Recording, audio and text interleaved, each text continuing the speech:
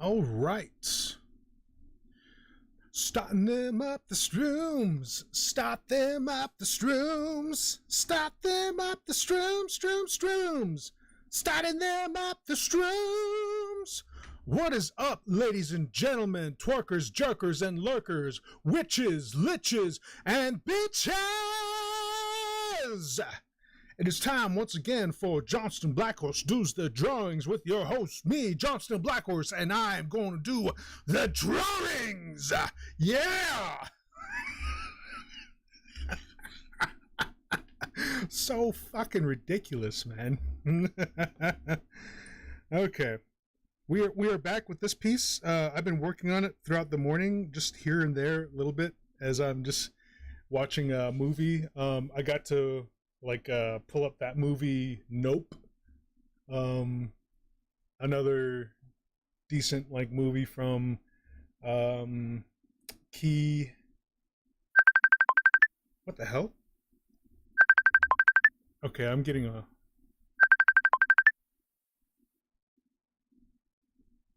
yellow. You're talking to Johnston Blackhorse. Allow, I guess. Hello. You're talking to Johnston Blackhorse. Hey, Black Horse. Yo, what's up? What's going on, man? How you been? I've been doing all right. That's good. You remember me, man? Oh yeah, from Bastrop. Yeah. I didn't know if you remember me or not, man. Yeah. Last stop, Bastrop. Yep, that's it. Yeah, that's what's up, man. How you been? Everything been good with you?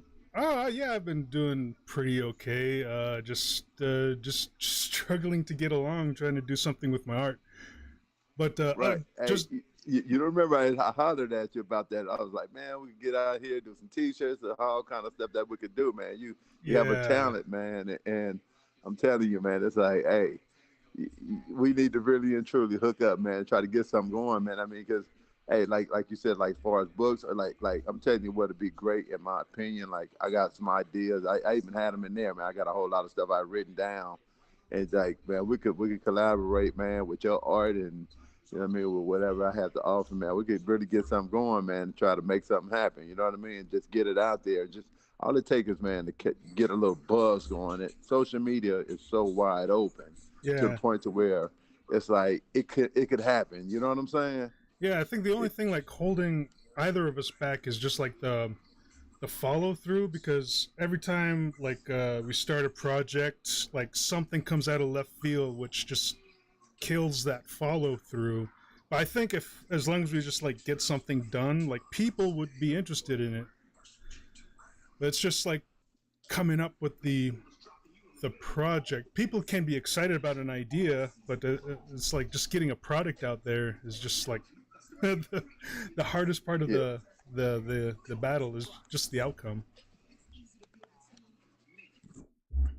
I know what you mean, but man, that's all about networking and letting it hit into the right person's hands. You know what I'm saying? Yeah. Hold on. Let me. Yeah. I'm messing with something right now. Let me. Okay, there. Yeah. I had to mute something. I'm currently streaming right now, so you were on the audio, but yeah, don't worry. I muted you, so you're good to talk.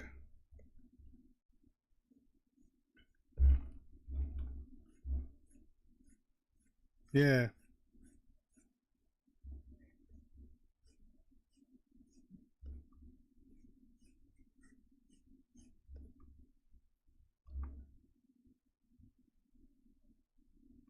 Oh yeah. The Snapple, no, not Snapple. I think it was Ocean. Oh shoot, I can't remember. But yeah, yeah, yeah,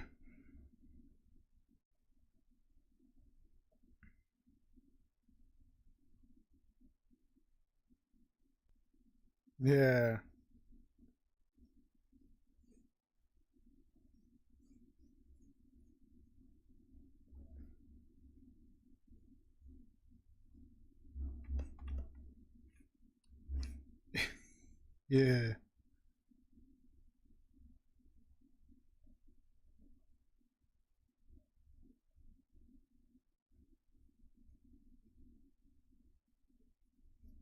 Yeah.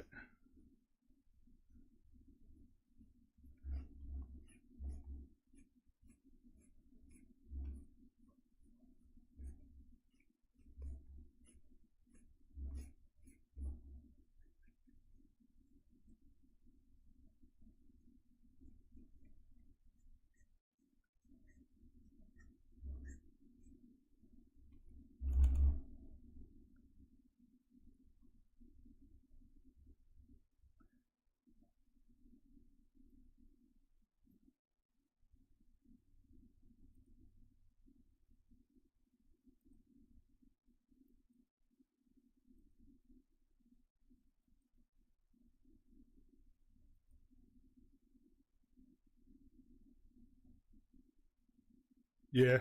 Ah.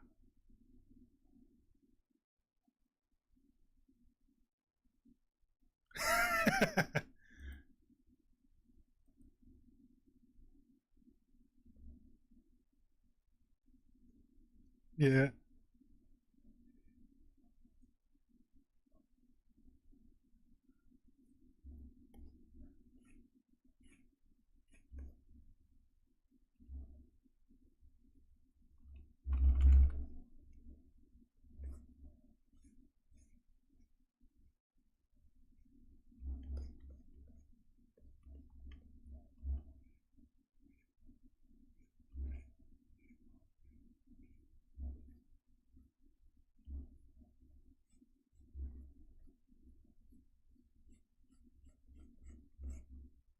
Yeah.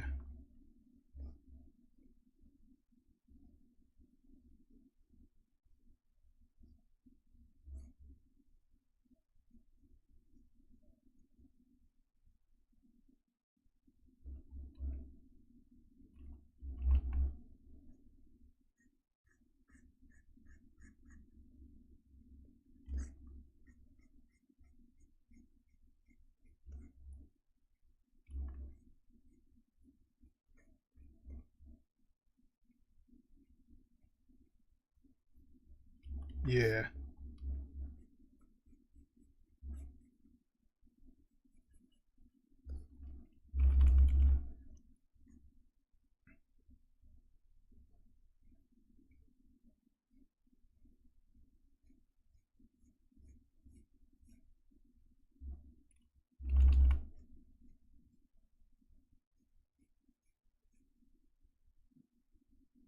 Yeah.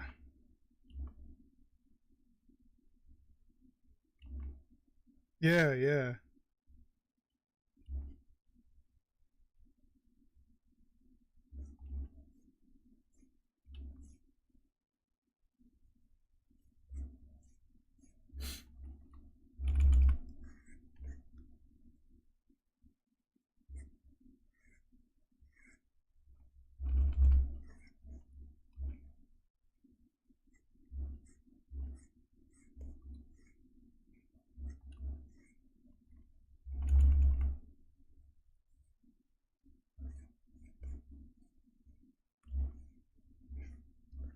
Yeah.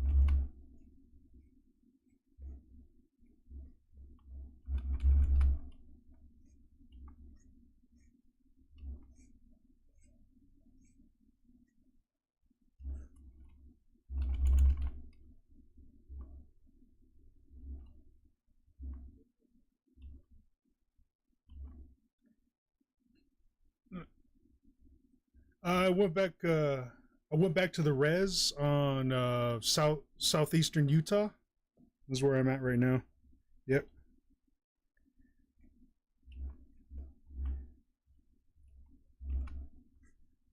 Yeah. Went back to Vegas for a time, but then just life just got a little too hard out there, especially with some of the people I was living with. Like I had this roommate, and like life was doing okay, and he asked if he could like bring like a girl back from Georgia, and I said no, like the living situation is like tight enough as it is, and just like me, like being on probation, I can't like risk, like I can't take any risks. But I left it at that. But he brought her back anyway, and oh man, like things with her is like he was trying to be he was trying to be Captain Savaho. I guess yeah, I guess she was like an ex stripper, so he was trying to like save a stripper from the ghetto, and when he brought her back over to Vegas, I was miffed, but I tried to like warm up to the idea because she seemed really pleasant at first, but then when she started getting comfortable, that's when like she started to like fall back into her old ways, because when people come from like a really negative environment and get into a good environment, there's like something psychological where it's like they don't feel comfortable being in a healthy environment. They have to cause the chaos that they're familiar with. So that's what she started to do, and we got evicted. thanks to her. So I had to kick both of them out, and I sweet talked the landlords, and they allowed me to stay for a few more months until I could like figure out what to do. And eventually I moved back to the res because I couldn't figure out like another place to live out in Vegas because everything else was just way too expensive. Yeah, yeah, yeah,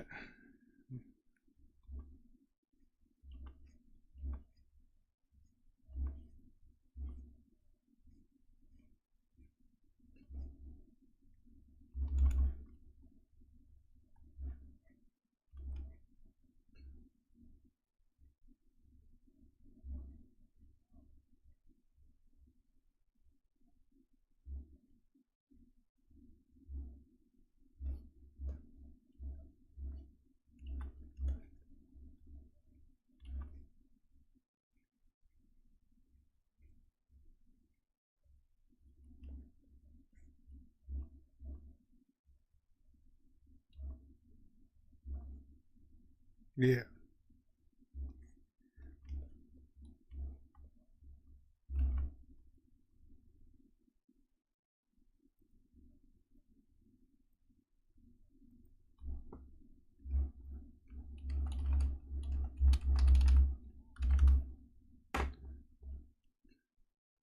yeah.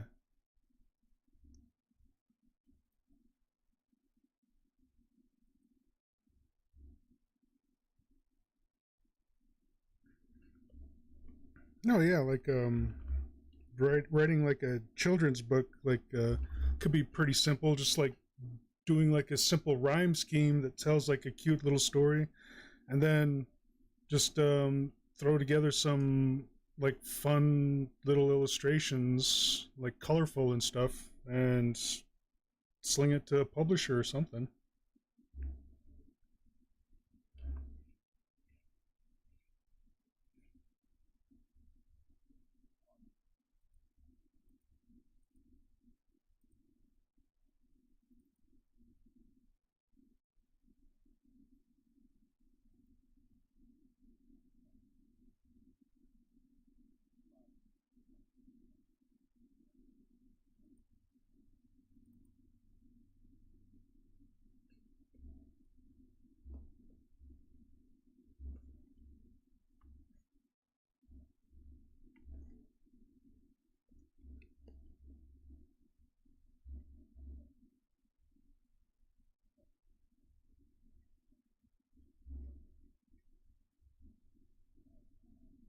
Yeah,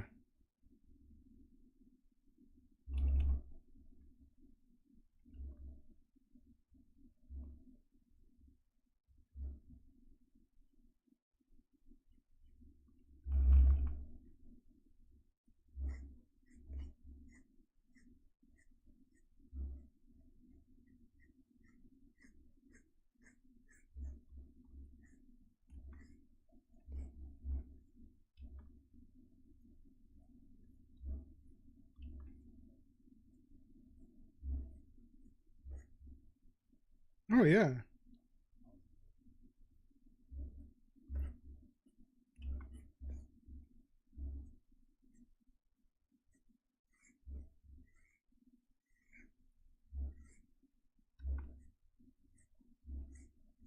Yeah.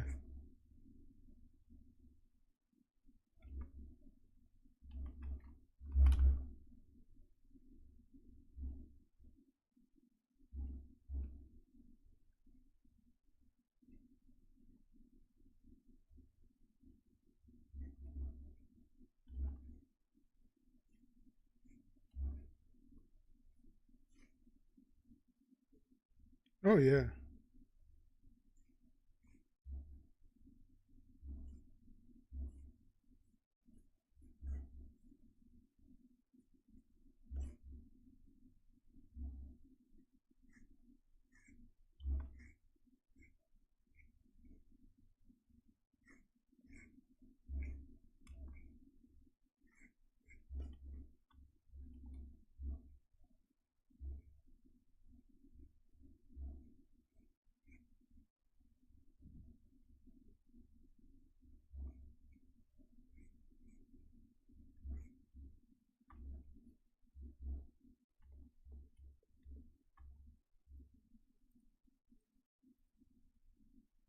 Yeah.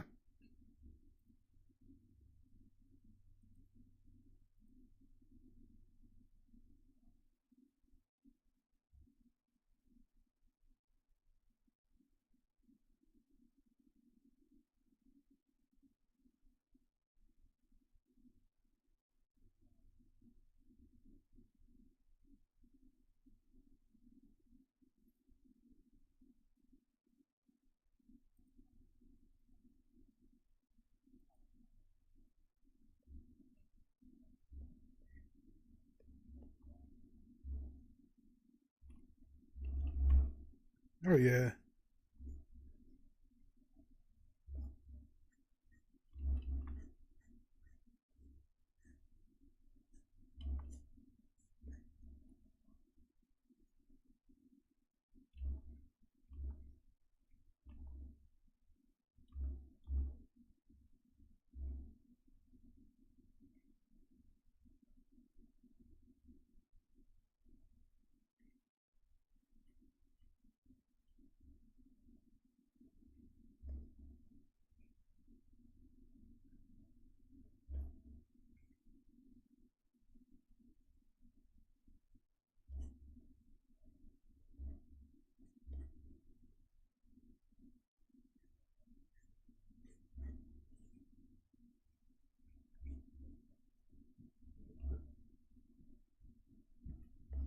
Oh yeah.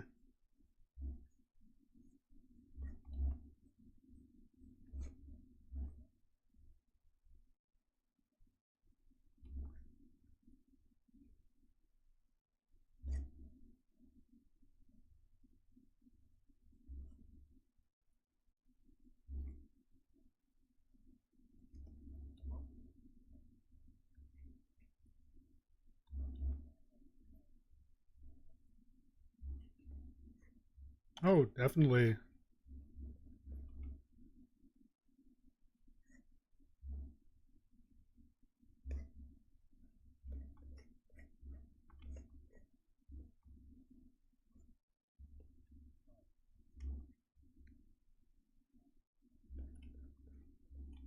Oh yeah.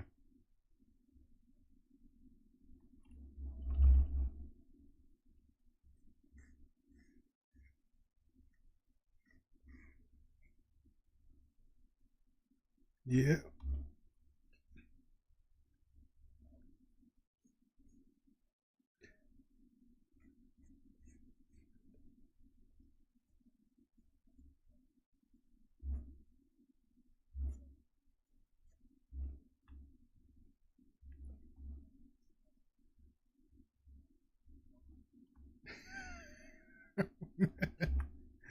Oh god. Yeah. I made so many freaking posters.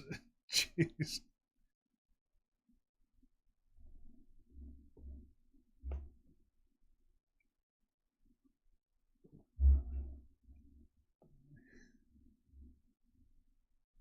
Yeah.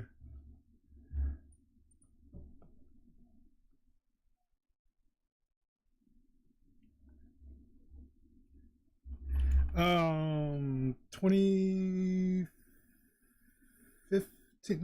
like a few months after you left.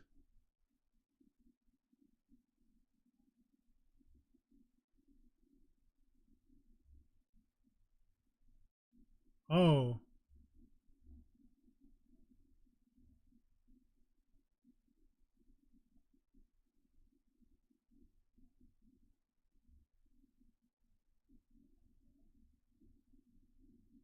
Ah.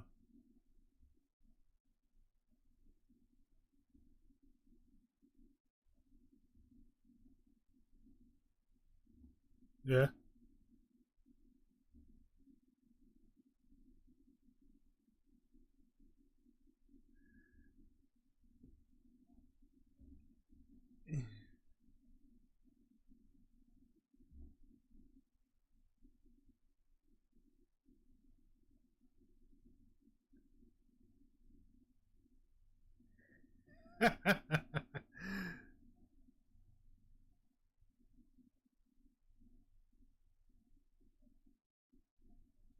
Oh, damn.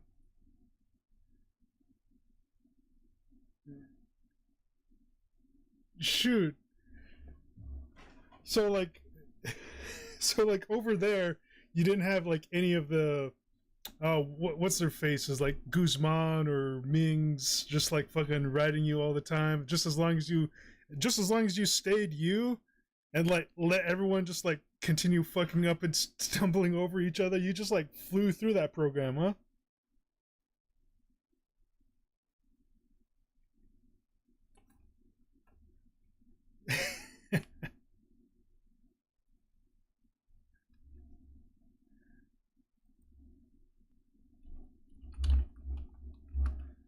Yeah. Oh.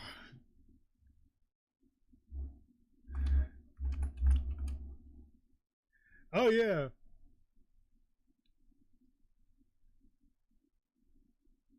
Yeah.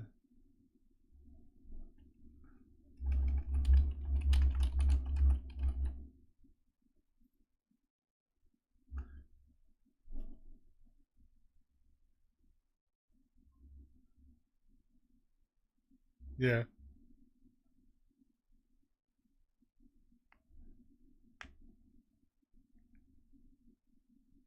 Yeah, yeah, like fucking like just a lot of petty stuff. Like that's all it was.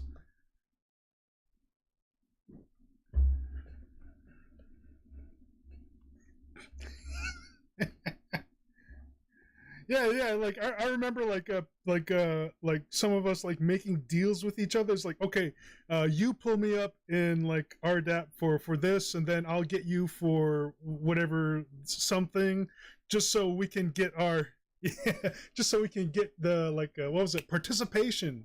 It's like always weekly participation.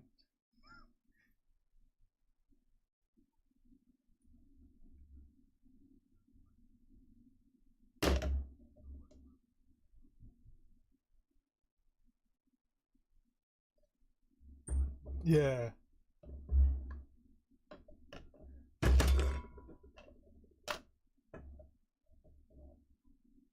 nice.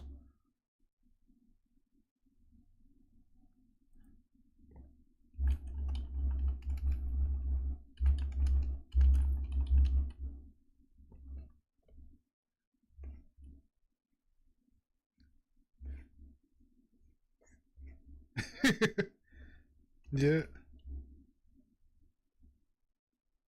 yeah.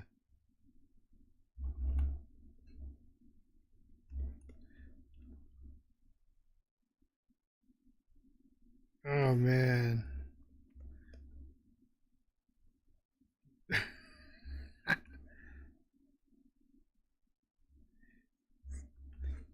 Yeah, yeah,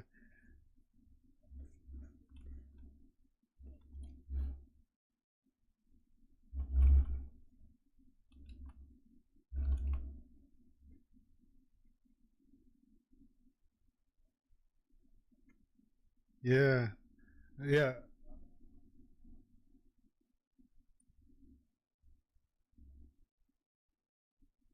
yeah.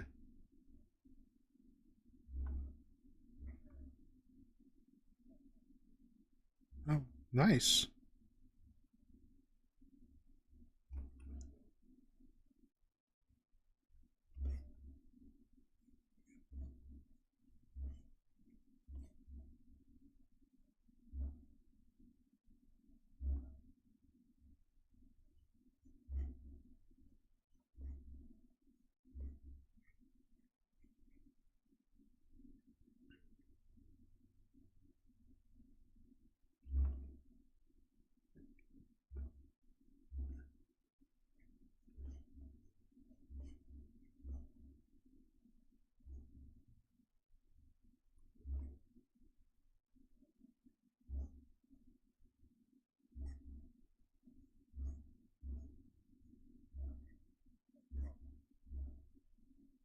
Oh yeah.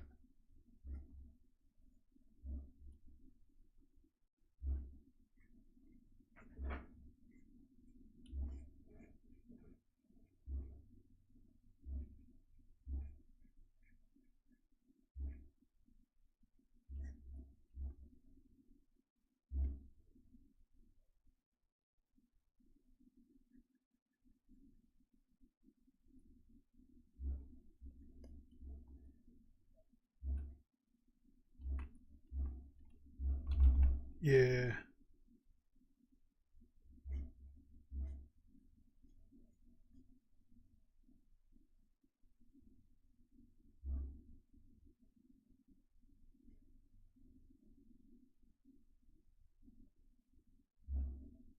Yeah, sure enough.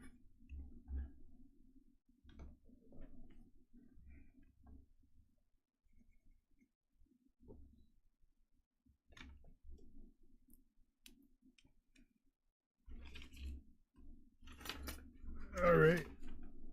Let me got a pen. I just need something to write on.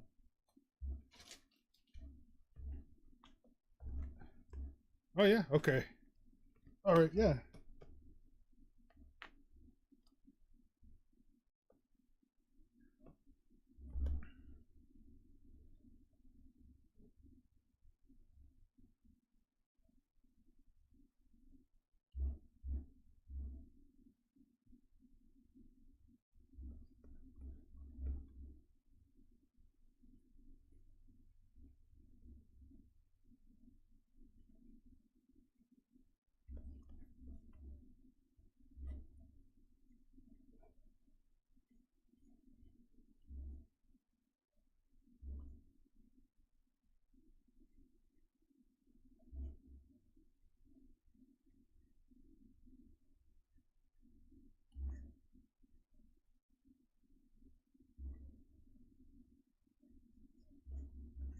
Oh yeah.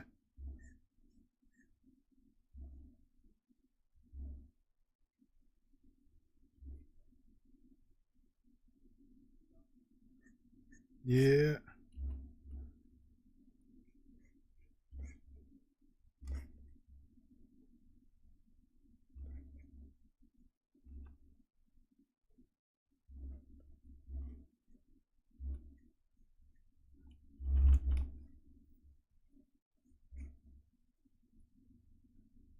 Yeah. That's how you do it. It's the way to do it.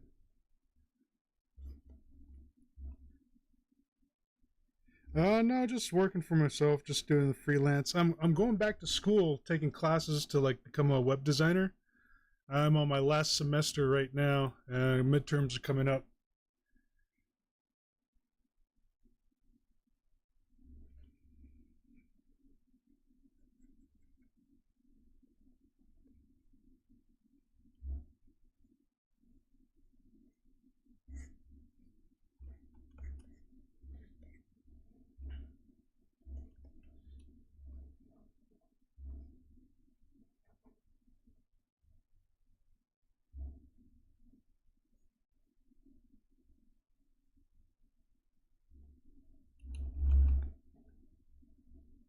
Yeah.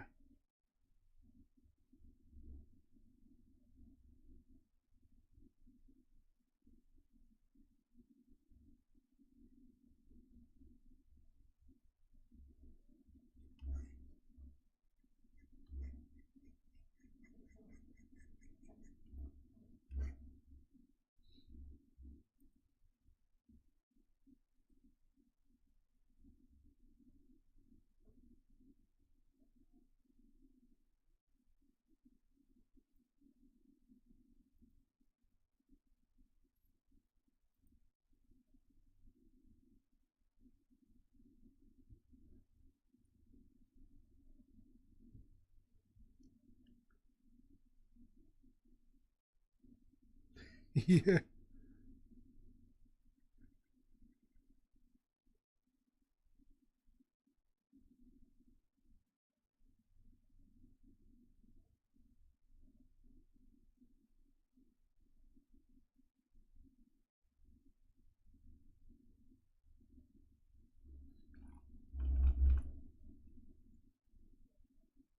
Yeah.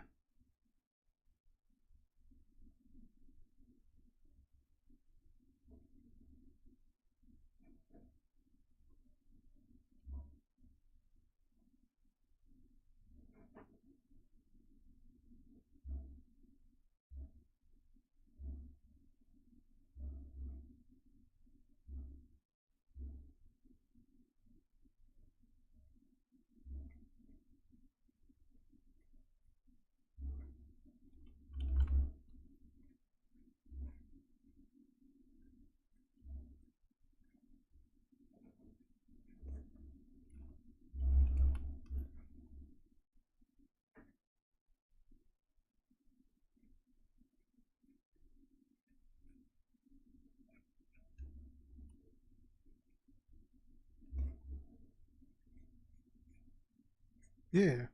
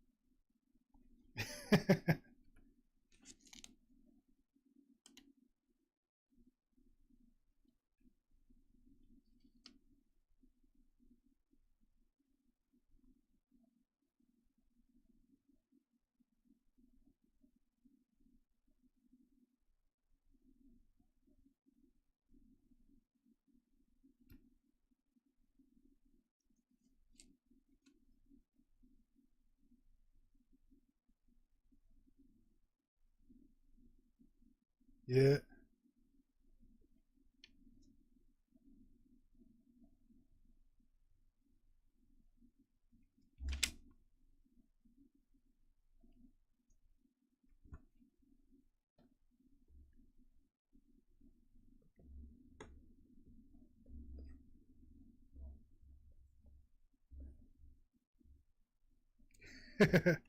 Yeah.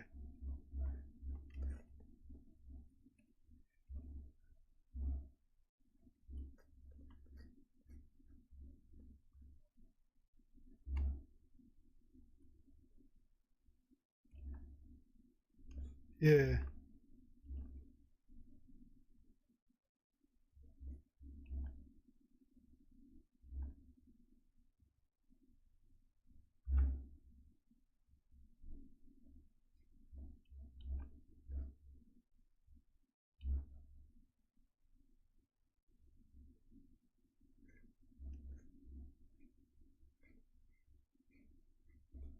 Yeah, no problem. Yeah, good talking to you. Yeah, bye.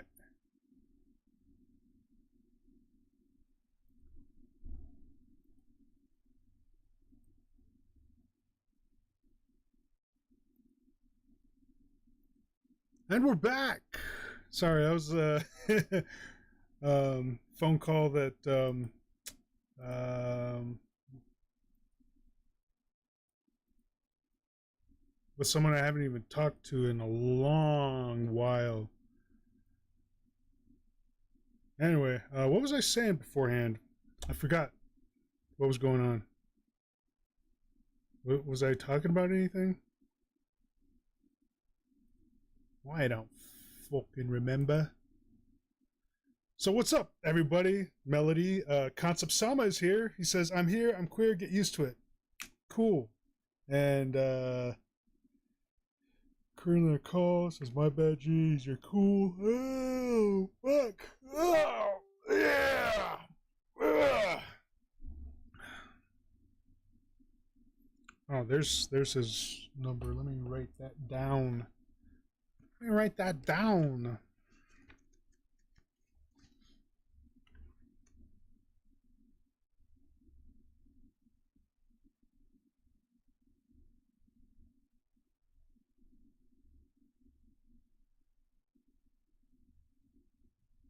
Whoops. What the hell? My writing hand is dyslexic. Here, I'm thinking of a particular number to write down, and my hand writes some different number. Like, what the fuck? Where did those numbers come from? Those weren't even the numbers I was thinking. My hand's got a mind of its own. Wanted to write its own numbers. It's like I wanted to write 951, and for some reason my hand wrote 941. Like, what the fuck? What the fuck? Oh, mama, I'm in fear for my life from the long arm of the law. So what is going on? Melody, Concept Sama. Hope we're all having a fine Sunday.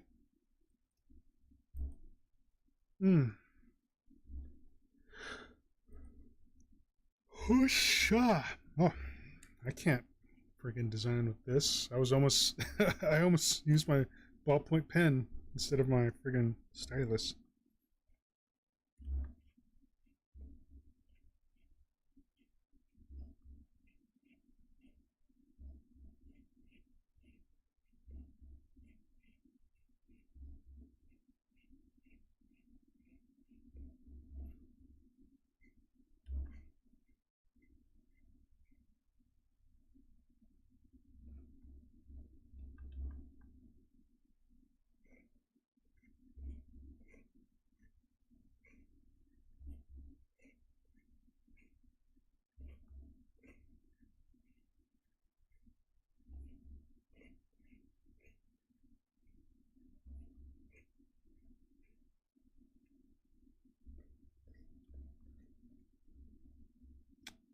These laces are just going to be placeholders. Melody is currently debating on what sorts of dinner she's going to have, and Concept Sama says, Yo! Yo!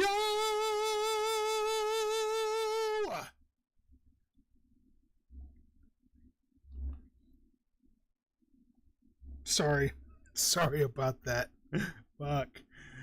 Okay. Let me pull up some, I don't know, like spooky stories. What does Midnight Broadcast have to offer? Here's a stories about Mexican witchcraft. Oh, Mexican witchcraft. Let me pop open a Rockstar. Fuck, man, this is my last Rockstar, dudes. This is my last Rockstar, bros. I celebrated my birthday yesterday. Oh, man, nice. Happy birthday, Concept Sama.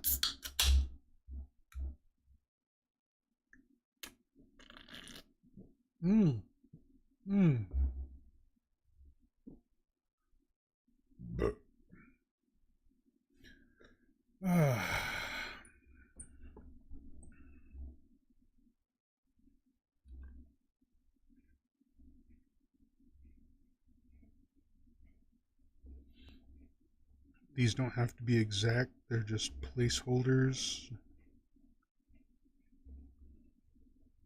Because I painstakingly made sure that both boots had the precise amount of laces, like the equal amount of laces.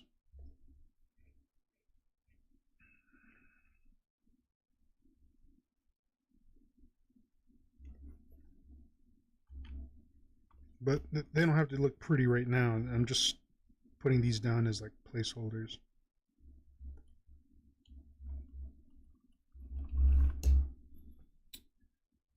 Concept Samus says, turned 26. I'm still alive.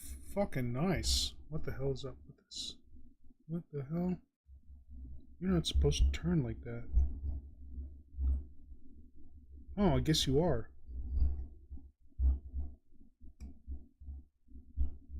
Huh, weird. Yes. Yes, they're meant to be black satin laces. But right now, I just got to make sure the rest of the boots are looking good. So I'll be painting over these.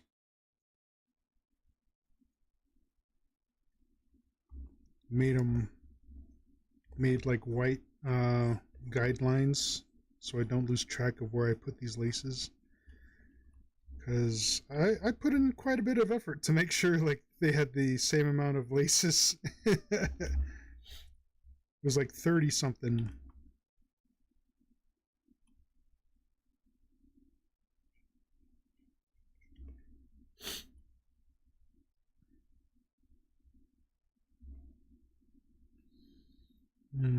Okay.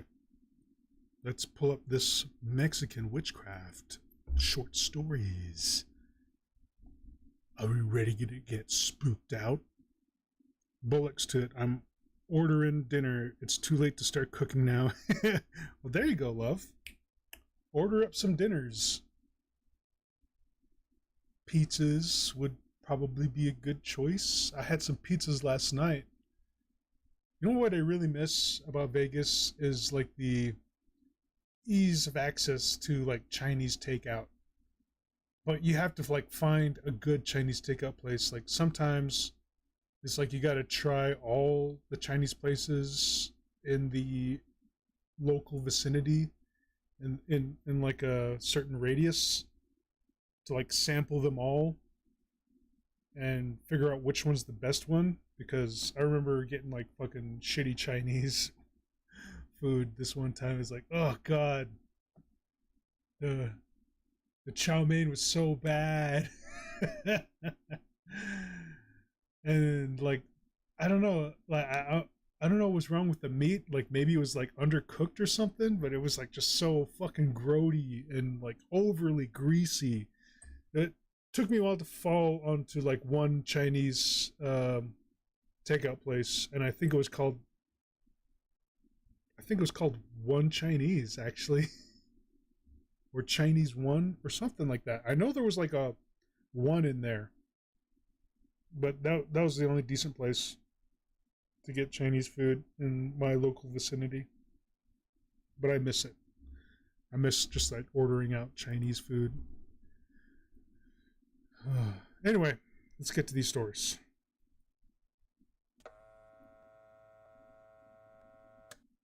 Greetings and bienvenue, midnight crew. Sorry, that's blasting my ears right now. Okay. Thank you for returning to this broadcast, and welcome to new viewers joining us There we go. for the first time. If you like a video, then feel free to subscribe. At some time in the early 90s, my mother's family felt on hard times because they were idiots, and my grandparents and aunts and their kids lived together in a house, and they had... My family fell on hard times because they're fucking dumbasses. That's a good way to start a story.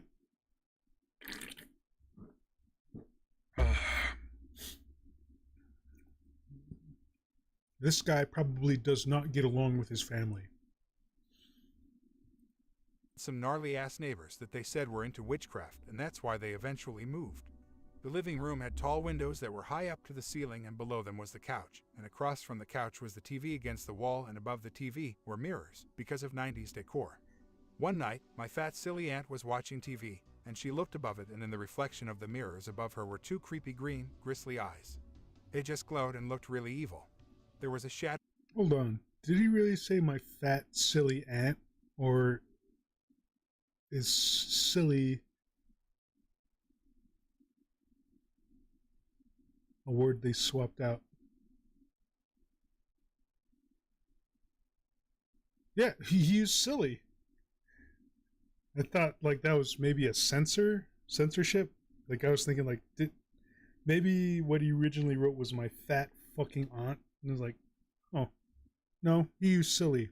my fat silly aunt. Body with it. Okay. It wasn't just two eyes glaring through. My aunt was so shocked and scared that she couldn't scream nor move. My other aunt walks into the living room and directly sees the eyes through the window, and she just froze, and then dramatically threw her body into the hallway which connected into the kitchen.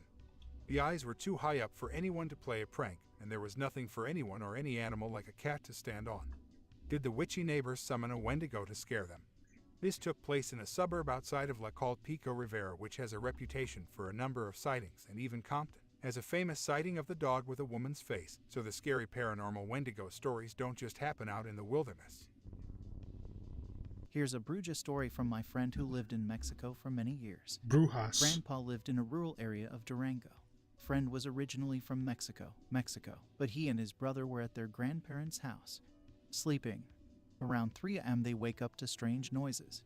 Bedroom window breaks open to the dark void of the desert night. Woman in red cloak begins climbing through, grabs his brother. They begin to scream. Grandparents run into room. Grandma shouts while holding a cross. Grandpa was a former Navy man.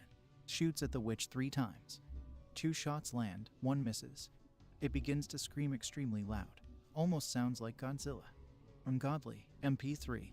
Bleeds all over the floor as it climbs back out the window. Kids are sent home. Apparently the grandparents had an encounter with Brujas before. I want to think this was some regular thing for them. Brujas. Sadly, Mixibro's grandparents died many years before I heard this story. However, when he would return to visit, he always saw the bullet hole, so he knew he didn't dream it. Be my grandma. Have a nice backyard with a garden and an apple tree that has not been doing good for the past year or so. Walking around the backyard. One day finds a few chicken bones around the apple tree. Few days later, Chicken bone, lucky finds a chicken few bone. broken chicken eggs and one still intact. Nobody has chickens in the whole town, so can't be laid by one. Gets worried, says she's heard stories of black magic being done with such stuff. Tell her to chill, probably some kids throwing thrash around. Fast forward 1 month. Finds a bone wrapped in red cord hanging from the apple tree. Freaks out, says she sees dead people welcoming her in her dreams. According to her, that's a sign of big trouble upon somebody. Says she dreamt the same shortly before Grandpa died. Starts feeling sick on daily basis. Doctor's appointment. MPEG. The feel when diagnosed with breast cancer. Fast forward 6 months, still recovering. Winter. PNG. One day finds a few more egg shells in the backyard. Few days later falls and breaks her arm. Seriously freaks out, decides she will seek some help. Goes to some old gypsy woman in the other end of the country. Known as some sort of a healer/fortune teller. Grandma describes the findings and happenings in the past year. Gypsy pulls out a pen and a paper and draws an exact map of Grandma's house and backyard. Pinpoints the exact location of the tree. Says the tree is cursed because somebody has been watering it with dead water. The water used to clean dead bodies during night. Says some evildoer is trying to make ill upon her. Tells Grandma to go and dig around the tree. There should be bones and eggshells buried around it, then water the tree with holy water. My face when Grandma actually finds bones and eggshells around the tree. Waters the tree with holy water daily. My face when no further issues from this moment on. This made me think seriously about magic, God, and the supernatural. Many things about that I still can't logically explain. Here's a short story as told by my granddad. Granddad and uncle are on the road at night on his bus sometime in the 70s. They heard some scratching noises on top of the bus. Minutes later, the bus suddenly stops near a wooded area. They get outside to check the engine. They spot some lights in the wooded area, so they head there to ask for some water to cool the engine. After some minutes walking, they reach the source of the lights. It's just an old cabin. They take a look at the window to see if the inhabitants are still awake. 2 very old ladies are sitting on a table. There's lots of blood on it. At this point, they're terrified but continue spying on them. The old ladies take off their coats. Their bodies have parts of different animals. I don't remember all the animals, but I remember my grandfather telling me the old ladies had owl feet. The ladies start detaching their animal limbs. The ladies stare at the window and start screaming like crazy Baba when they Yaga. spot my uncle and my grandfather. Granddad and uncle run back to the bus without looking back, but they can hear them screaming and chasing them. They get to the bus, but the engine won't start. I don't remember if Baba Yaga had like bird feet, but I remember she had a house that had chicken legs.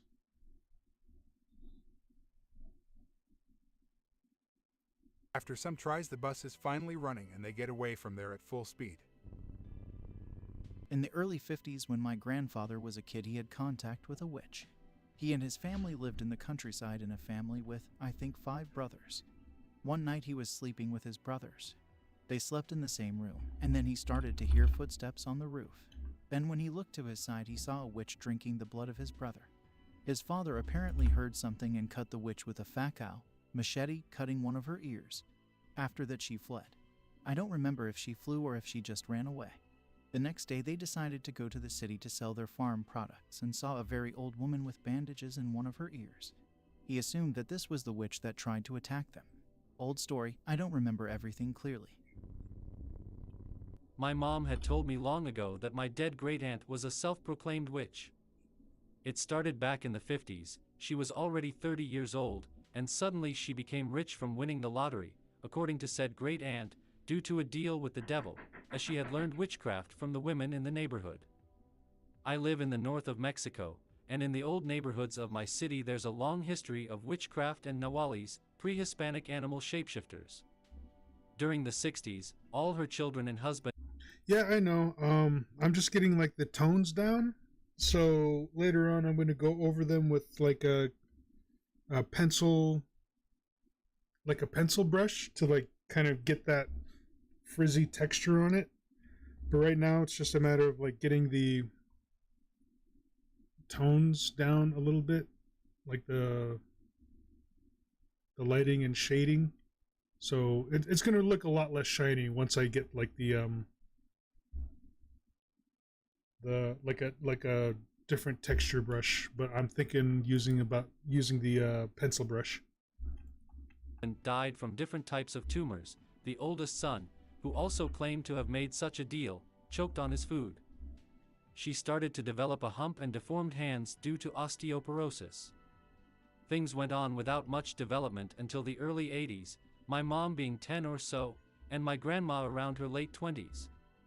My grandma, being the first of their sisters to marry, was considered the youngest adult in the family. Her sisters were already in their early 20s, but not being married and childless made them kids, and my great-aunt called for her.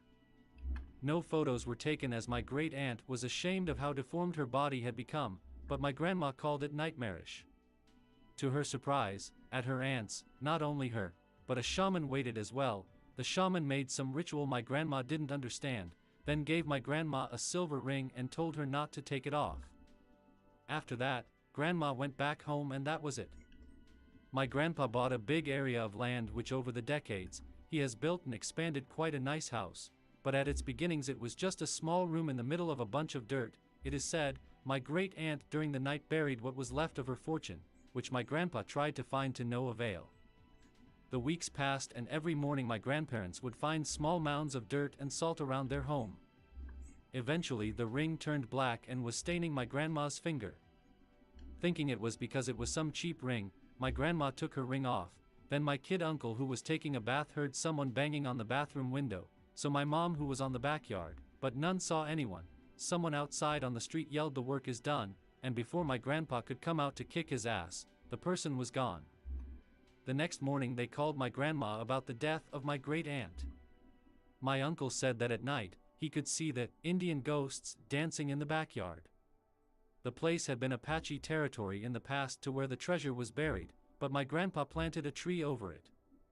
This came out because the grandma of my mom's childhood friend just died and apparently she was another witch.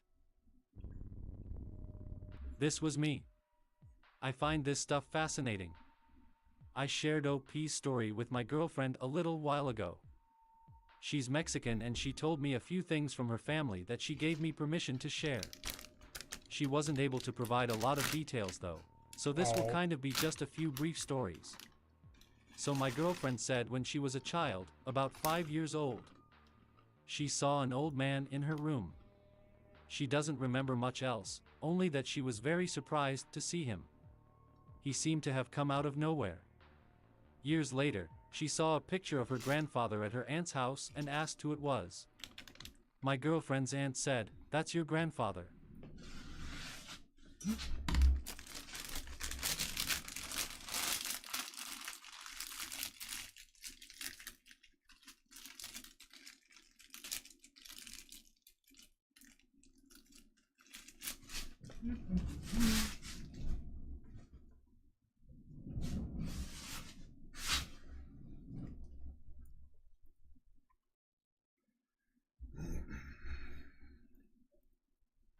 My girlfriend said, I saw him one time in my room. Of course, her grandfather would have been dead by then, but my girlfriend's aunt wasn't surprised at all. She told my girlfriend that everyone in the family saw him from time to time. She thought his spirit probably watched over them. The last person to see him was my girlfriend's niece. It was a few years ago and she was about 10 years old at the time. His appearance coincided with an illness of some sort. They never figured out what it was. So this next part is kind of goofy, but my girlfriend was dead serious, so I'll share it. The thing about her grandfather was that he used to see El Muerto. That's apparently this spooky Mexican entity that comes to take away people who are about to die. My girlfriend described it as looking like a human skeleton, so I asked, "You mean like the Grim Reaper?" and she said yes. So anyway, her grandfather would see it all the time. When El Muerto appeared, it would make some gesture like it was saying, "I'm about to take this person out of your life." So he would argue with it, trying to convince El Muerto to leave his family alone. I guess it worked, because nothing bad ever happened. But it became known that her family was haunted by El Muerto. Soon, even other people in the neighborhood could see him. People would go, "Holy shit, there goes El Muerto," and others would see this skeletal figure walking around nearby before disappearing. My girlfriend's mom saw him a few times, and apparently so did my girlfriend's uncles and aunts. Usually he appeared in the house, but other times he was outside. So one time it appears out on the street and the whole neighborhood sees him. They see a truck coming down the street at a distance and El Muerto makes that one gesture to my girlfriend's grandfather. So my girlfriend's grandfather starts getting angry and arguing with El Muerto. He's yelling at him from the front door while his neighbors watch. Then one of his sons comes running around the side of the house right as the truck drives by. Bam! He gets hit and dies before they can get him to a hospital. Pretty goofy, but I thought it was a fun story. So there was one other thing.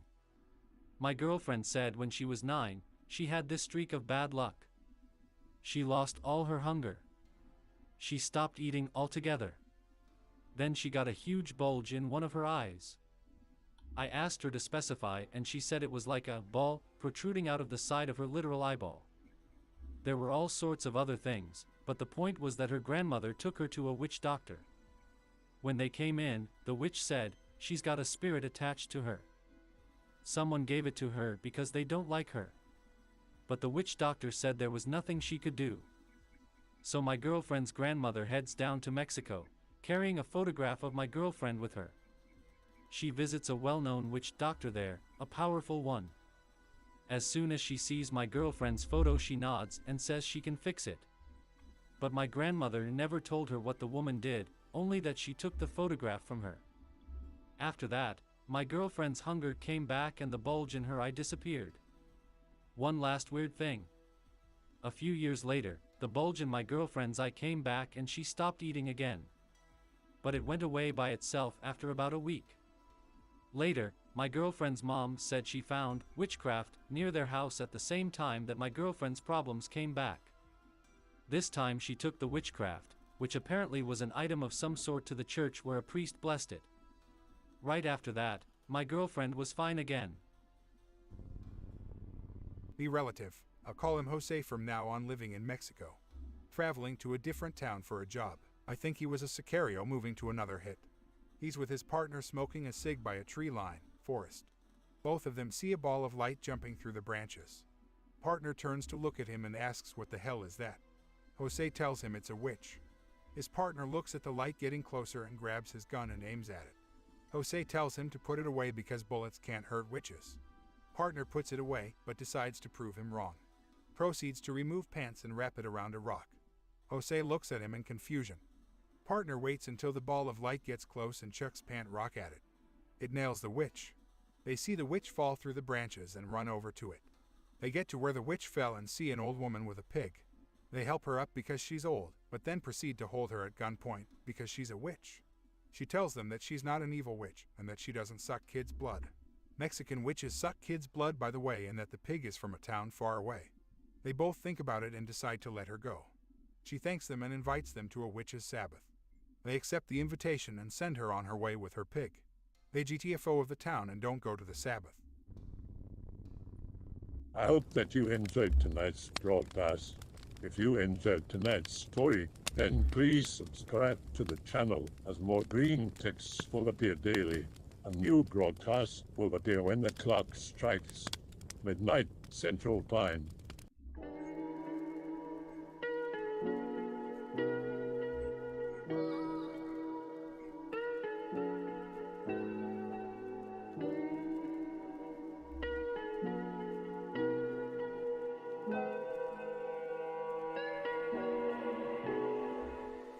Remember to check out the Odyssey page in the description for a second archive of the channel's videos.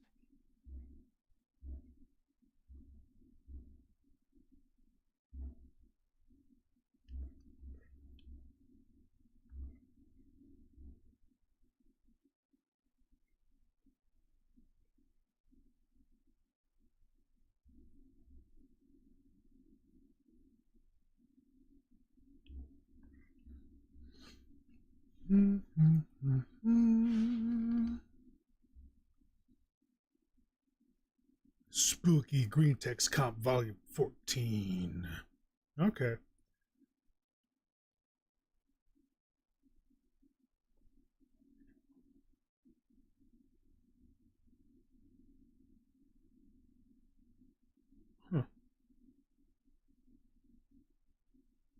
I'll go with the Great Googly Moogly This Sure Is Scary compilation first. Now, what a title!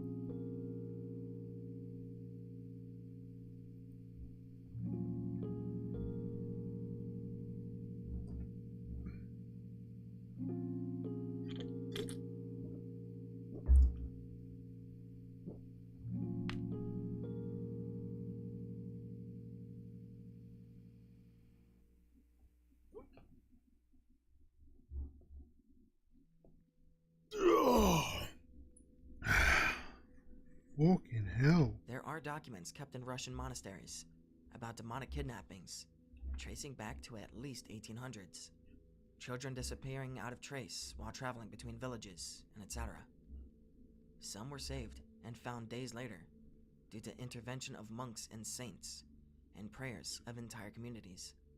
Surviving children reported being taken by entities fast as the wind and taken to cottages deep within woods, where they were chained and fed by some sort of witches. Those that survived refused to eat. Anyhow, these demonic kidnappings were physical and real, reported by entire villages with living witnesses.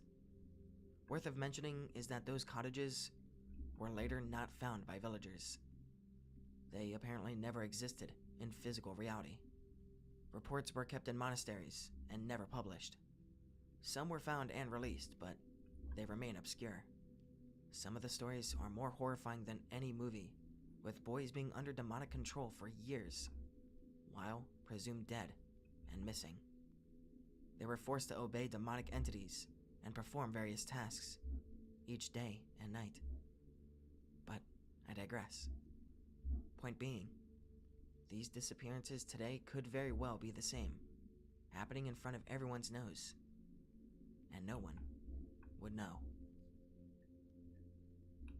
Bigfoot isn't real. If he was real, we should have found a skeleton or have a photo that isn't blurry.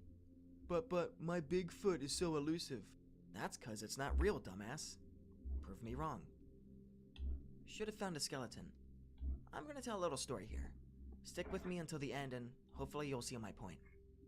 When I was a child, I grew up in a small, somewhat well-wooded town. In our county, we had bears, black bears. However, these black bears were few and far between. Whenever someone saw a black bear, they became something of a local celebrity for a week or two. Everybody would ask them about it. If the local news had no stories to run, they would interview them, and etc. You get the point. I went weekend camping in those woods quite frequently, normally around at least once a month, for maybe 15 years. over that time, I never once saw a black bear. In addition to this, I only personally knew maybe 2 people who had seen a black bear, and had only heard of a handful more who had seen one. Every once in a while, someone would come across a bear print or find bear scat. We knew they were there, although we rarely saw them. Out of my 24 years in that town, do you know how many people reported finding a black bear carcass? 0. I have never heard of anybody just finding a deceased black bear lying about in the woods in that county. Out of my 24 years in that town, do you know how many people reported finding black bear bones or a skeleton? 0. Once again, I have never heard of anybody finding black bear bones or a full skeleton in that county. Finding a carcass or identifying a skeleton is just insanely rare. Those bears live deep in the woods, away from civilization. Very rarely does anybody trek deep enough into the woods to find one. Only occasionally would a lucky hiker or a woodsman see one wander out of its isolated habitat. Probably over 99% of people wouldn't travel that far off trail. Most people stay on the trail, and the fact of the matter is that you just aren't going to find bones lying about in the middle of the trail. Assuming, however, that you are one of the 1% to travel off trail, and assuming that you do come across a pile of bones, how can you tell they are bear bones? Chances are, you have no idea what bear bones look like, barring maybe a skull, and probably will just assume that they are the bones of some unfortunate deer, which are very prevalent in this area, if you give them any thought at all. Okay, what about a carcass, you might ask? While you might not be able to identify bear bones, surely you could identify a dead bear, yes? Well, you would have to be pretty quick in finding it. In lab conditions, the human body is said to fully decompose, fully liquefaction, only a month after death. While I am no expert, I think it is safe to assume that a black bear would have a similar rate of decay, maybe taking a week or 2 longer. Now, take into account that a bear's body would have to withstand harsh weather, scavenging animals, and other elements of nature. And I think Nice music? What music? What, oh, was it at the beginning? I that wasn't you've paying easily attention. cut that time in half. You probably only have about 2 to 3 weeks in optimal conditions to find a black bear carcass that hasn't decayed past the point of no identification.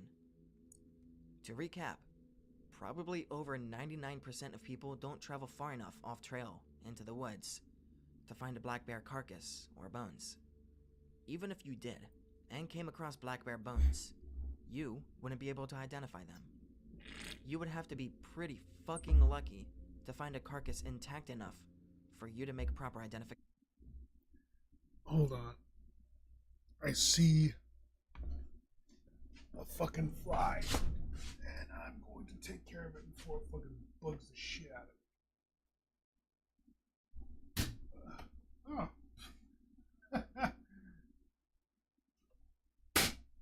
Sweet.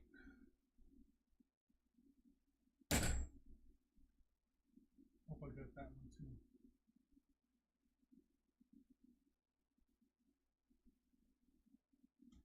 After I swatted that first fly, its body sprung back and hit me in the face. I think I just got 3 in a row just now. I hope I did. Oh, man.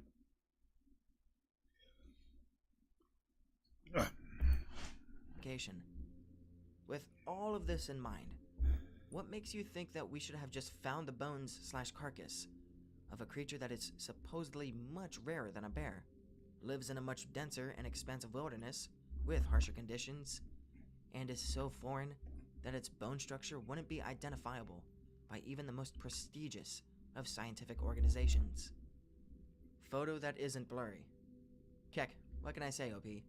People seeing something straight out of a folktale makes them a bit shaky. If it's photographs or video you're looking for, there are 2 shining examples. As much shit as I'm going to get for this, I think that the Patterson-Gimlin film is a prime example of genuinely good Bigfoot footage. The other is the paid Bigfoot film, or the Memorial Day footage, which is a lesser known, really stellar video. Sorry if my prose is shit. My head hurts and I'm really tired. Hopefully it's all readable. That's all I got for now. Good night, all. Oh. Yeah. Maybe I should go ahead and take a I nap got into today. a bar fight with a cryptid or demon, or something once. Never learned what it actually was. Be me, full of piss and vinegar. Best friend invites me to visit his family, with him way out in the sticks for a week or two. Nothing better to do, in between jobs, so agree. Introduces me to his family, all very friendly and chill. His grandpa seems intense, slow to speak, but always sounds very considered and sure about what he's saying. Warns me about going too far from the house at night, being a city boy. Tell him I've been on hunting trips before, which I had, and I know my way around the woods. Not these woods. Goes on to start some story about inhuman things in the area, but the rest of the family quickly shut him up before he gets anywhere. One night, Not the men are out these for a drink at woods. the local bar. Me, friend, his dad, his uncle, and his gramps. They make a point of telling me this building is probably older than my great-great-grandfather, or whatever, like centuries old. Place is quiet. We're just shooting the shit and drinking, when I see friend looking nervous about something. Follow his eyes, and see a guy sitting in the corner, next to the door. Bulky dude with bright red hair. Before I can even get a good look, Gramps grabs my arm. He's got a death grip on me. I look at him, and he looks terrified. Look around, and so does everyone else. All staring at their drinks or the table. Slowly realize there's no one else in the bar now. Not even the bartender. For a quick second, I think this is some local criminal or gang member with how they're acting. But that's definitely not how it feels. I try to look at the guy again, but Gramps squeezes my arm even tighter. Hurts like hell. Friend nudges me and hisses, "Don't look." The second he says this, I can see the guy move out of the corner of my eye. His face turns towards our table, and he stands up, walks towards us. I look around at everyone for some hint of what to do, but they're all just looking down. At this point, I've had too many drinks to be fully aware of what's happening, so I look directly at the guy. He stops in the middle of the room and just looks back at me. Honestly, just seems like a normal dude. Tall, youngish, broad-shouldered, normal-looking face, bright red hair. We stare at each other for a few seconds, when the city boy in me comes out. "The fuck are you looking at?" The guy doesn't respond, but The Gramps fuck finally are lets you go of my arm looking at? and stares at the table even harder. All of them are tense. I've been in lots of fights at this point, and got in trouble for it, so I'm looking for any sort of sign of what to do here. Same rules for when I'm drinking with any group of guys. If they tell me to leave them alone, I will. They tell me it's time to go, I'll leave. They tell me it's time to square up, I'll do so. But they give me nothing, like they're trying to pretend it isn't happening. Eventually, I get pissed off with this guy staring at me. Stand up to my full size, 6'3", and the strong kind of fat, lol, and walk towards him. Say some bullshit I can't remember. "We got a problem?" or something. I try to square up the guy, but I suddenly tap into the fucked up vibe the other guys are feeling. Suddenly realize this guy isn't the slightest bit normal. Maybe not even human. His eyes don't seem weird in color or anything, but the way he's looking at me definitely isn't right. I'm suddenly terrified, scared as hell, but I retreat back into how I was raised. Do not back down from anyone. My dad is a legit asshole. Tell the guy/thing it's time to leave, or whatever, but he doesn't move. Just keeps staring at me. Feel like I'm about to piss myself. I raise my hand up to punch him, and suddenly, he grabs my wrist in one hand. It fucking burns, like he's got acid on his skin or something. It takes this long for me to realize I'm still holding my beer in my other hand. I smash it against this thing's head and just roar at him, more in pain than anger. He lets go of me and silently turns away. Can't see what damage I've done, if any. Then he just walks away. Walks out the door like nothing happened. I noticed the barman coming out of the back room. Then my friend and his family are all over me, grabbing my arms and shoulders, asking if I'm okay. Tell them I'm fine. Just need another drink. But inside I'm fucking shaking. I have no idea what just happened. We go home and keep drinking. We stay up till the sunrise playing cards and telling stories. Even the old man. I appreciated this because I definitely wasn't going to be sleeping that night. Feel like that was maybe the point. No one brings up what happened, but for the rest of the visit, it's like I'm everyone's best friend.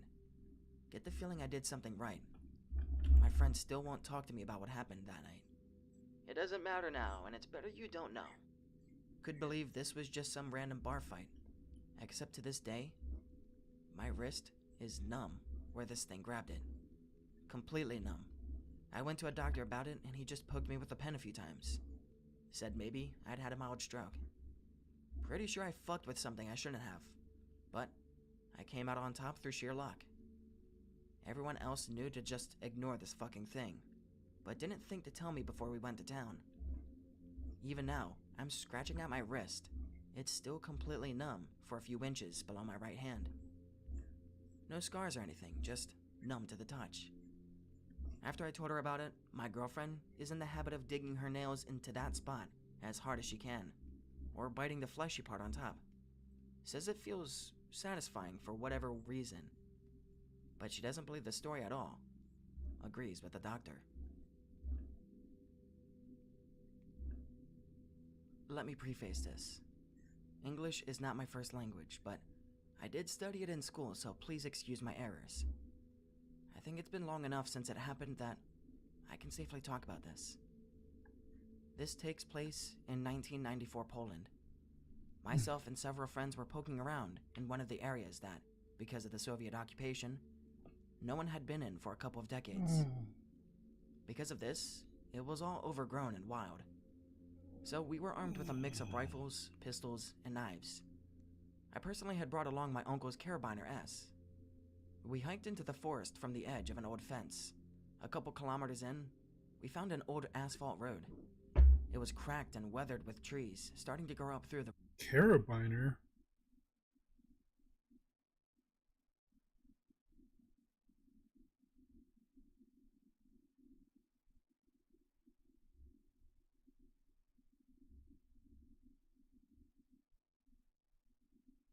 Huh.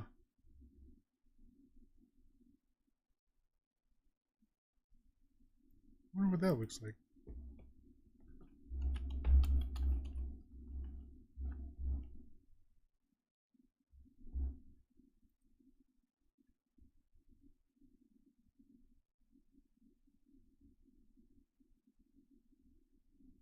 Oh, that's how it's spelled in German, I guess.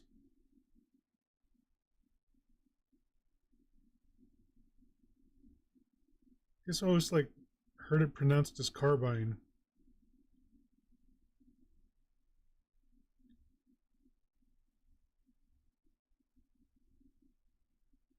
I guess it's a German rifle. Carabiner.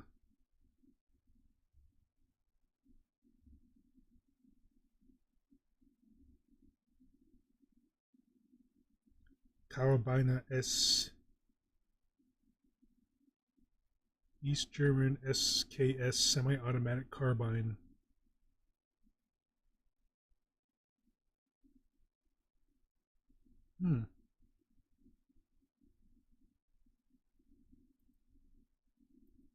roadbed. But we decided to follow it in. It ended about 7 All these squares make a circle. All these squares make a circle. kilometers later, at a large grassy clearing that we chose to camp there for the night. In In the morning, we noticed that something had paced around the perimeter of our camp. The grass was bent down and flattened from where it had walked. We didn't think much of it though. Thought it was deer. We packed up and continued on into the forest.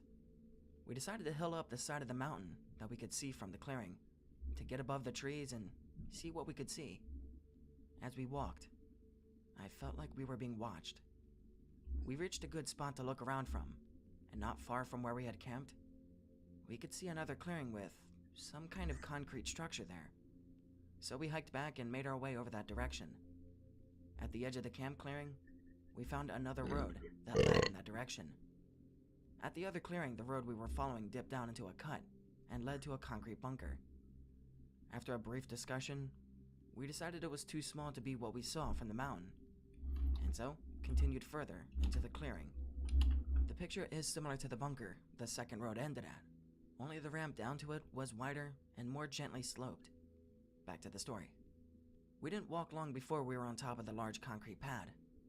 There was a massive 4-way door atop of it. Okay, now I remember what I was talking about before that phone call. I just watched that Jordan Peele movie, or directed by Jordan Peele movie, Nope. I thought it was pretty alright, but apparently everyone else doesn't think so. It got like a audience rating of 2.8. Huh. Well, I guess like people were expecting more thrills and chills. It's definitely like a slow burn movie, but I like their take on like a extraterrestrial phenomenon. I thought it was interesting. I liked it. I enjoyed it. God damn it. Motherfucking sons of bitches, pussy clown dildo, pieces of shit, asshole, fuck, tard, cum guzzling, twat, cunts. Yeah. Anyway, I liked the movie. I liked it.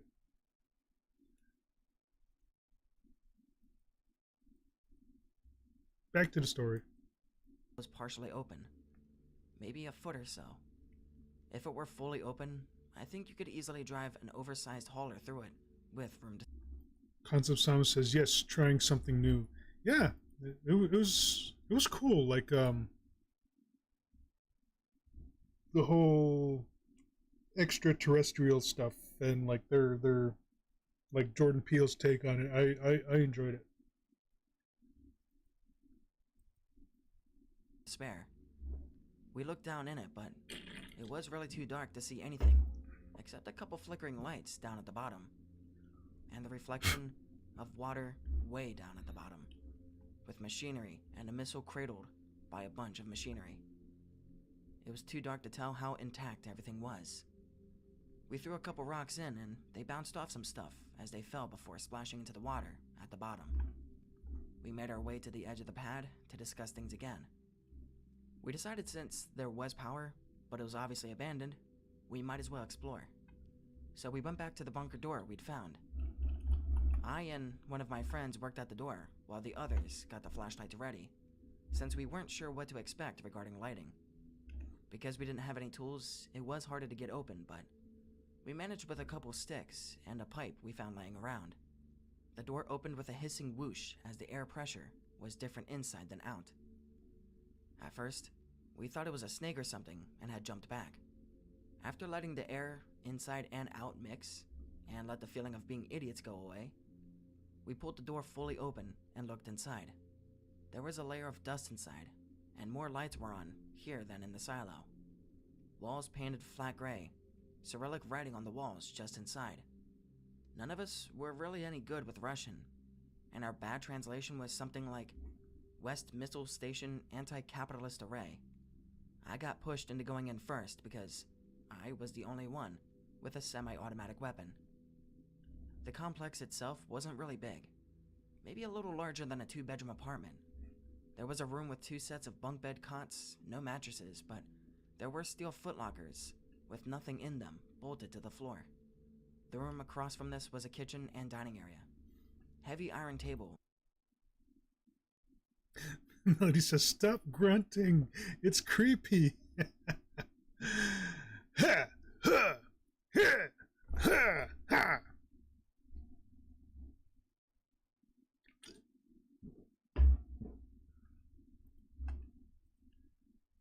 Electric stove and folding chairs. Then, a hallway to a command room with an armored window into the silo itself. The hum of electricity was strongest in the command room. An entire wall was dedicated to a large control panel, and old analog computer, like the one from Team Fortress 2 that informs a soldier about the blue spy in the base. Its monitor was like that. Some of the bulbs were broken, so I don't know what they would have indicated.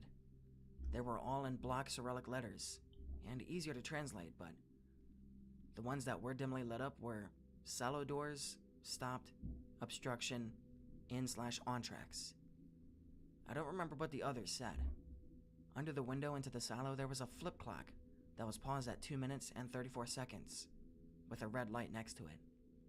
And there was no actual launch button that we could find. There was another door that we couldn't get open, and looked around deeper into the silo. So, after poking around a bit more and double-checking for anything interesting, we made our way out and back towards where we camped the night before. All the while, I couldn't shake the feeling that we were being watched. We set up camp and went to sleep. To this day, I don't know if it was a dream or actually happened, but something was laying atop of me and just watching me. No one else in the camp, just me. It was heavy and I couldn't move away, but the eyes, they looked smart. When we woke up, the camp was torn apart. Our food was missing and the cooking supplies we had were scattered all over, and something had walked through the camp, its paws digging into the earth beneath. 2 of our weapons were missing as well, a revolver and a hunting rifle. We were all freaked out. Between the food being gone and a storm looking like it was coming in, we decided to hike out that day. About 2 kilometers of hiking, the storm hit and began raining, as though the sky itself was angry at our trespassing. We had not packed for rain, so we were soon wet and hungry and tired. And I still felt like I was being watched. Pig, grab my dick. Oh shit. It's a Team 4-Star reference of Dragon Ball Z Abridged, where Master Roshi buys a submarine and christens it Madik.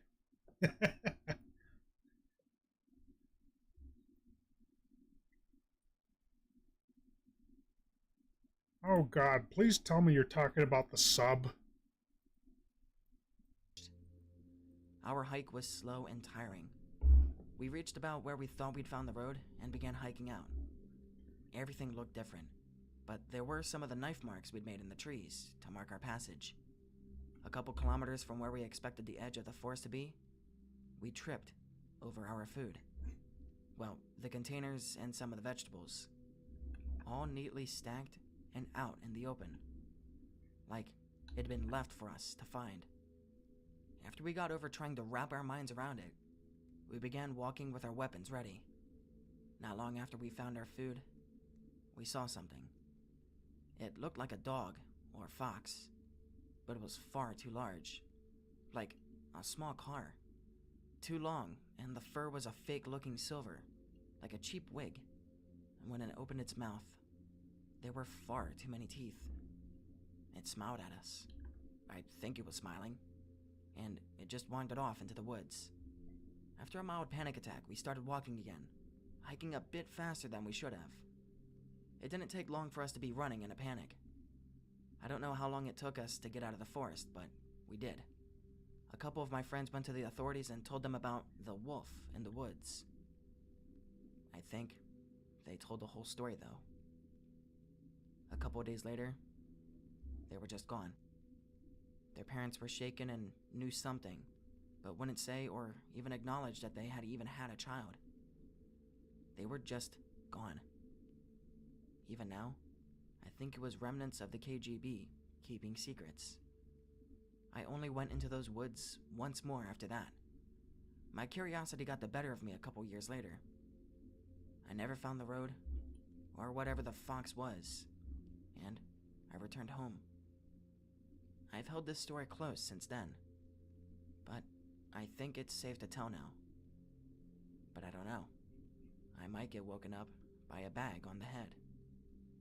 I don't know. anyone who has ever died able to share their experiences. Was shot once in the chest, wore socks.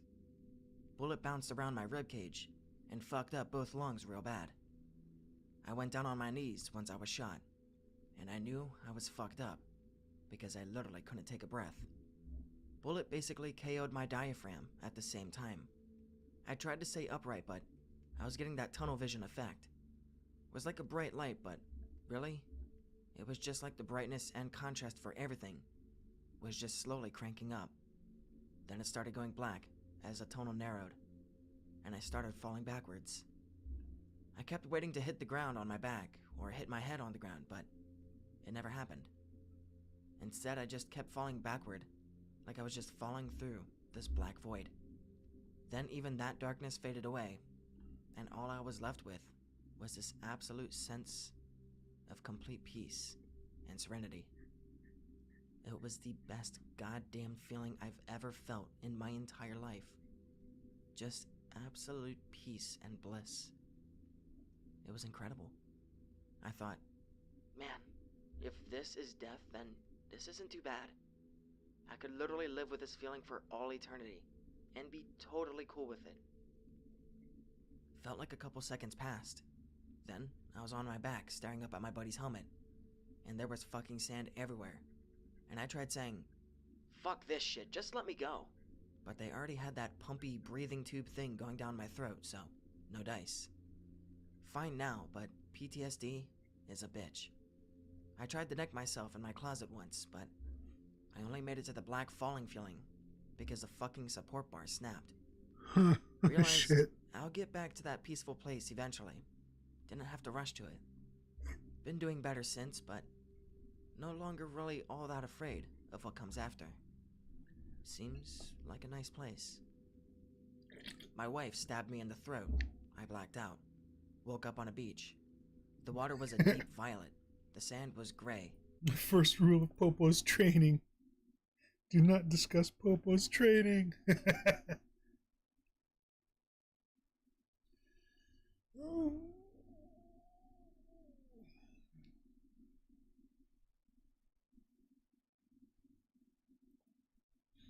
The pecking order goes like this. You, the dirt, the worms inside of the dirt, Popo's stool, Kami, then Popo.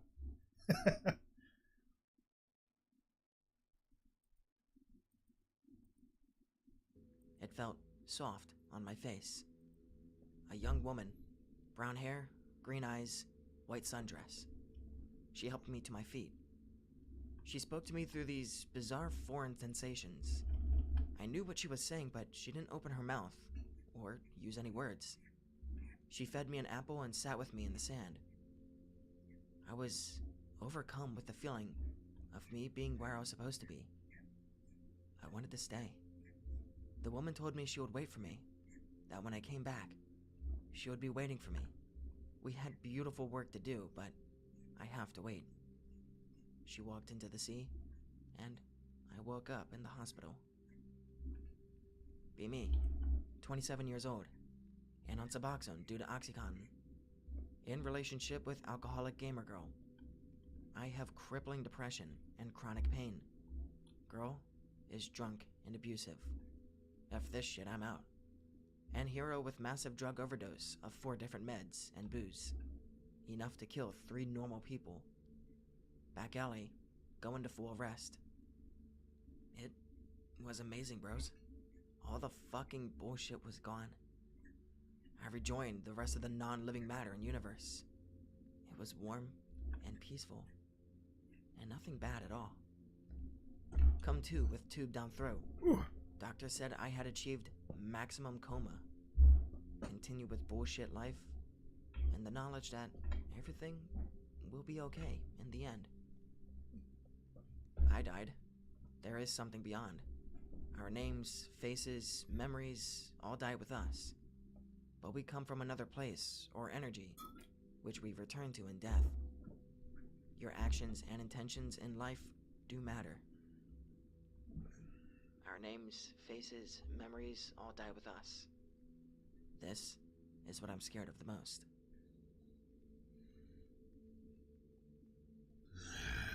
Uncle lived with me and my folks growing up.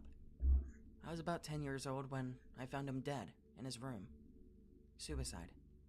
Box cutter. Slashed his wrists. The walls, the Penis floor, in his hand. even the ceiling and ceiling fan had blood on them. I remember standing in the doorway. I remember screaming. Dad rushed over to see what was the matter.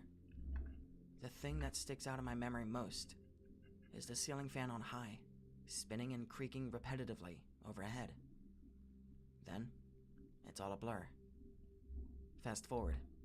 Uncle's funeral comes and goes. His old room is cleaned and emptied of all furniture. The door to his room is always kept closed. Nobody goes in there for months. I wake up from a terrible dream one night. In the dream, I'm standing in Uncle's doorway. He's sitting on the edge of his bed, staring at me. His wrists are slashed to hell. His arms are abnormally long in the dreams, so it makes them look even worse. Ceiling fan is creaking repetitively, spinning above me. Squeak, squeak, squeak, squeak, squeak, squeak, squeak, squeak, squeak, squeak, squeak. I sit up in bed. I'm awake now, but I still hear that sound. Creak, creak. I lay there a second, listening to it. I'm not imagining it. For some reason, I slip out of bed and into the hall. Looking back, I didn't feel in control of my own body at the time. Excuse I approach me. Uncle's bedroom door. On the other side, I can hear the ceiling fan spinning loudly, clear as day. The image of Uncle from my dream pops into my head. Picture his long arm reaching over to open the door. For whatever reason, I turn the handle. Push door open slightly. Peek inside. The room is empty. Sigh of relief. Look up at the fan. It isn't even on. Creak, creak. Not to mention I lost the Dorian Zarbon, the latter of whom spent 400 credits making long-distance calls to his girlfriend, who I'm convinced is named Chuck. Creak. What the fuck? I suddenly panic and try to close the door. But at the last second, I feel someone tug on it from the other side, keeping it from closing. Fuck this. Abandoned ship. Rush to my door. Jump under the covers. Think I hear the door close, but my heart is beating in my ears, so maybe I imagined it. Lay there for a long time listening to the creaking sound, until I pass out from exhaustion/fear. Hey X, let me tell you a story. Pick related is a map of the place I was staying, just to give you a better feel for what's going on. The green is all forest, and the yellow is grassy areas. The house was on a hill, and the brown stuff is a path. This is my cousin's property, where I visited recently. Shit went down. Never going back. B23. Go visit cousin in the country for 3 days. He has a house with a small lake, or large pond, whatever, big enough to swim in. His property also has a decent amount of thick forest. Forest surrounds the lake, his house, and this largest field area. Field has a shed filled with junk. It's a pretty cool place. I used to go as a young kid, basically spent every summer there of my life, up until I was 12. Suddenly, stopped going, and whenever I told my mom I wanted to go back, she just said no. Gave no reason, just no. Eventually give up and move on. But a few weeks ago, I got a call from my cousin. Hey, I haven't seen you in forever. Come visit sometime. Why not? My cousin tells me I can bring a friend or two if I want, but... Okay, I'm gonna go ahead and take a break. It's almost been 2 hours. Actually, it's been an hour and 40 minutes.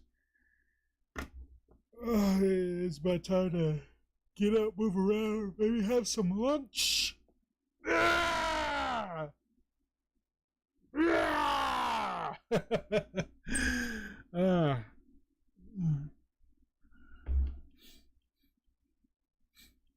Ah. Making some decent progress here, rendering this new floof out.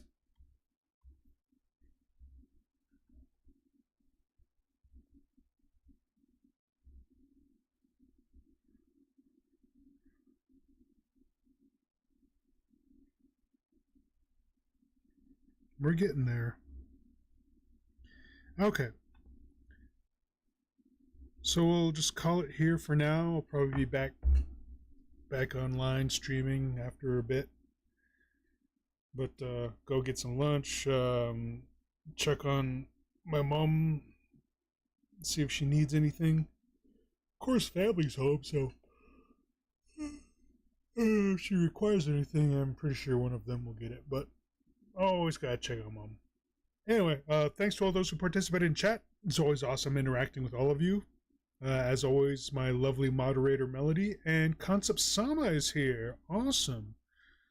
To all the lurkers who are watching and to all the people who are watching later, if you like what you saw, please like, comment, share, subscribe, ring that notification bell. And if you really enjoyed my arts, consider donating in the coffee donation link in the description section below. Either one of those options would be very much appreciated. So until next time, this has been Johnston Blackhorse, the one and only, and I shall check you all later.